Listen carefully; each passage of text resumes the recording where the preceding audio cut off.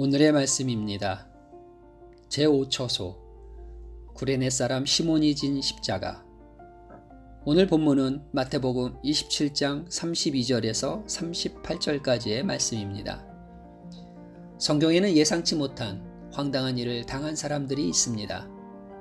하나님께서 기쁘게 받으신 제사를 드렸다가 형 카인에게 맞아 죽은 아벨이 있습니다.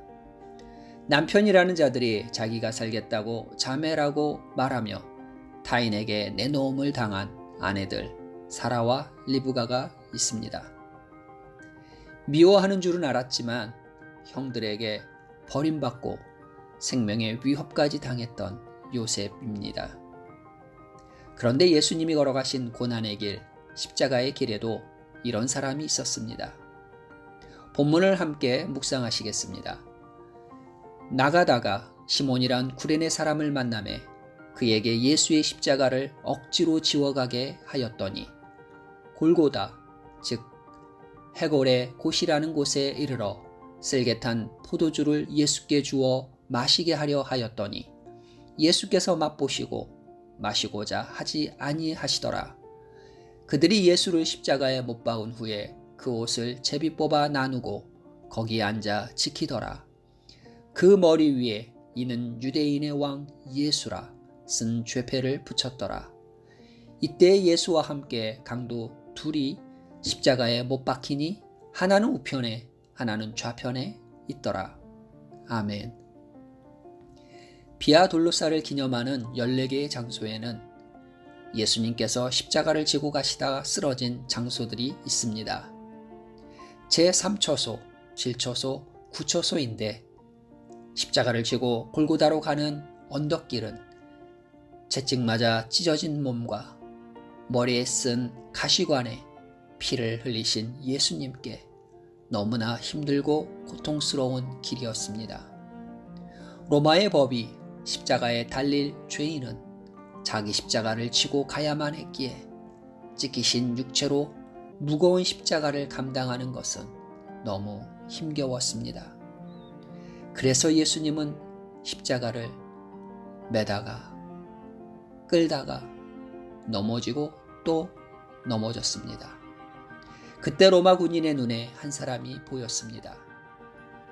바로 알렉산더와 루포의 아버지 구레네 사람 시몬이었습니다. 무슨 일인지 호기심 가득한 눈과 처절하게 십자가를 지고 걷고 있는 예수님을 바라보던 그에게 황당한 일이 생겼습니다. 골고다에 이를 때까지 예수님의 십자가를 대신 지고 또 같이 지고 가야만 했습니다. 그런데 구레네 사람 시몬은 아무 원망도 불평도 없이 예수님의 고난에 동참했습니다.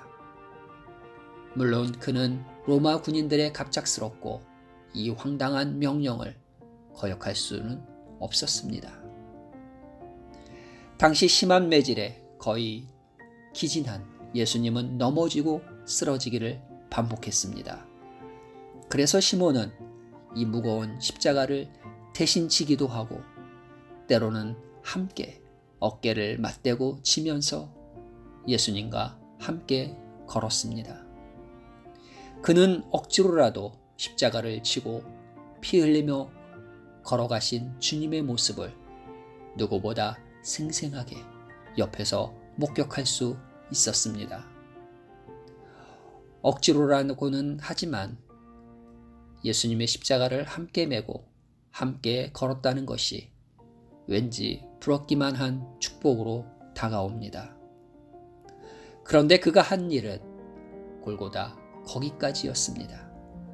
오직 골고다 언덕까지만 십자가를 대신 지고 또한 함께 지고 가는 것이었습니다. 하나님이 죄를 알지도 못하신 이를 우리를 대신하여 죄로 삼으신 것은 그곳에서 십자가에 달려 죽으시는 분은 오직 죄 없으신 어린 양 예수님 뿐입니다. 그 누구도 대신할 수 없고 대신 갈 수 없는 사망의 길, 십자가의 길이었습니다. 그런데 그 길에 가장 큰 도움을 주었던 사람은 3년간 함께했던 제자들이 아니었습니다. 아들의 고통과 죽음을 비통함으로 바라보며 따라갔던 어머니도 아니었습니다. 그는 황당하게 선택되어 억지로 감당한 구레네 사람 시몬이었습니다. 좋아서 한 일도 아니고 자원해서 한 일도 아니었지만 주님의 동역자가 되었습니다. 공교롭게도 예수님의 마지막 동반자는 이방인이었습니다. 아프리카 사람이었습니다. 훗날 시몬의 아들 루포는 로마 기독교를 위한 일꾼이 되었습니다. 그리고 전승에 따르면 시몬과 그 가족 모두 선교사가 되어 예수 그리스도의 죽음과 부활을 전했습니다. 주님과 주님의 몸된 교회를 위해 섬기시다가 황당한 일을 경험하신 적이 있으신가요? 때로는 생각하지 못했던 황당하게 다가와 억지로 해야 하는 그 일이 내가 사랑하는 주님을 위한 가장 핵심적인 일이 될 수도 있습니다. 나는 여전히 주의 십자가를 온전히 지기에는 부족하고 약하지만 충성된 마음을 주사 주님의 일에 계속해서 동참하기를 소망합니다. 아멘.